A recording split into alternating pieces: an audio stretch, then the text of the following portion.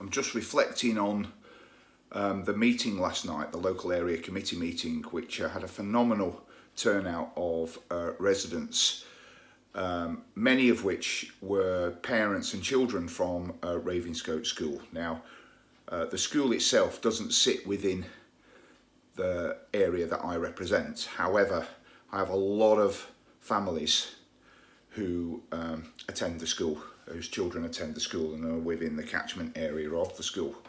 And I was blown away actually by the level of support for the petition for a school or zebra crossing point for the school.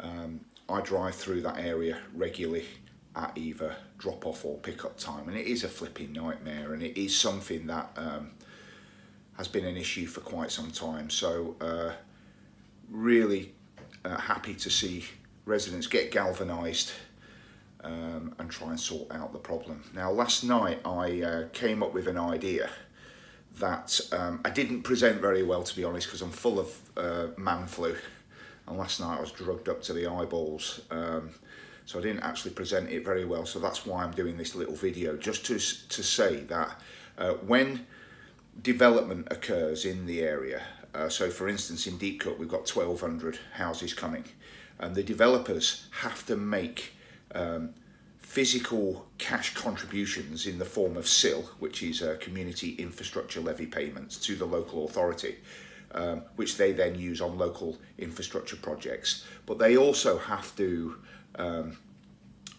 make physical mitigation measures. So in the case of Deepcut, there's a lot of highways mitigation going on, where the widening junctions and so on, to mitigate the impact of the development on the local community. And I think that this particular issue of a zebra crossing is something that qualifies brilliantly for either the local authority to make available CIL funds, the community infrastructure levy funds, or ask the developer to include that type of highways mitigation in their plans before they submit. So my point that I was trying to make last night, and not very well I have to say, was that it's really important that residents keep their ear to the ground and listen out for development consultation. Normally when there's a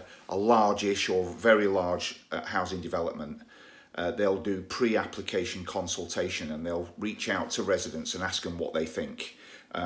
That's what happened, for instance, at Pine Ridge Golf Club on the 10th hole development that they're proposing, which, as far as I'm aware, an application hasn't gone in yet. So that would be a prime example where residents could say to that developer, we want you to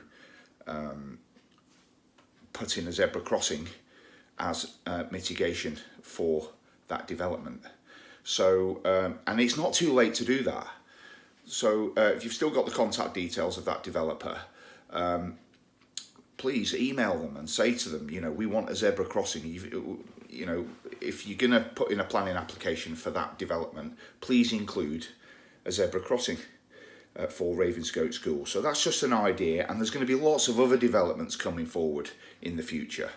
Not so sure whether they'll be actually on the Heatherside or Parkside part of the borough, but certainly within catchment of Ravenscote School. So it would qualify for developer contributions or mitigation measures. And if you don't already subscribe to my email list, do that now, and I will make you aware of any consultations that come forward for development in the future, because that you could raise the money from that.